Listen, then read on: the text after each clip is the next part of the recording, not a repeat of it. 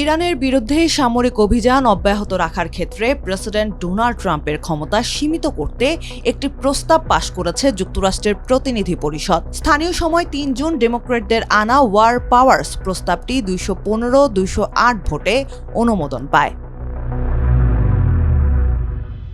ভোটে ৪ জন রিপাবলিকান সদস্য ডেমোক্র্যাটদের সঙ্গে প্রস্তাবের পক্ষে ভোট দেন। কংগ্রেসের প্রতিনিধি পরিষদ ও সিনেটের রিপাবলিকানদের সংখ্যাগরিষ্ঠতা থাকা সত্ত্বেও এই প্রস্তাব পাশ হওয়াকে ট্রাম্পের জন্য একটি বড় রাজনৈতিক ধাক্কা হিসেবে দেখা হচ্ছে।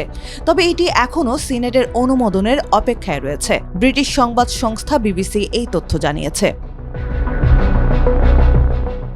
সমালোচকদের মতে ২৮ ফেব্রুয়ারি শুরু হওয়া ইরান যুদ্ধে কংগ্রেসের আনুষ্ঠানিক অনুমোদন নেওয়া হয়নি। তাই ট্রাম্পের যুদ্ধ পরিচালনার ক্ষমতা সীমিত করতে প্রতিনিধি পরিষদে এটি ছিল চতুর্থ উদ্যোগ।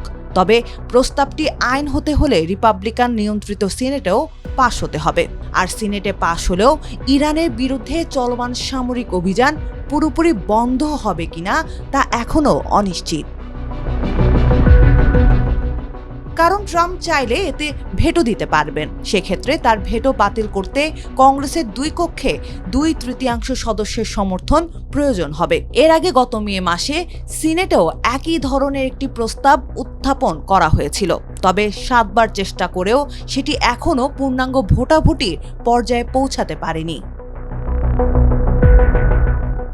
৩ জুনের এই ভোটে রিপাবলিকান সদস্য Thomas Massey, Brian Fitzpatrick, Tom Barrett এবং ওয়ারেন ডেভিডসন ডেমোক্র্যাটদের সঙ্গে প্রস্তাবের পক্ষে ভোট দেন। অন্যদিকে মেইনের ডেমোক্র্যাট সদস্য জ্যারেড গোল্ডেন আগে এই ধরনের প্রস্তাবের বিরুদ্ধে ভোট দিলেও এবার তিনি সমর্থন জানান। এই ভোটকে রিপাবলিকান পার্টির ভেতরে ট্রাম্পকে ঘিরে ক্রমবর্ধমান বিরক্তির আরেকটি উদাহরণ হিসেবে দেখা হচ্ছে। কয়েকদিন আগে কংগ্রেসের রক্ষণশীল সদস্যদের বিরোধিতার মুখে ট্রাম্প প্রশাসন রাজনৈতিক মিত্রদের জন্য প্রস্তাবিত $১৮০ কোটি একটি তহবিল পরিকল্পনা থেকে সরে আসে। এদিকে যুদ্ধবিরতি চললেও যুক্তরাষ্ট্র ইরানে এবং কুয়েতে হামলা চালিয়েছে।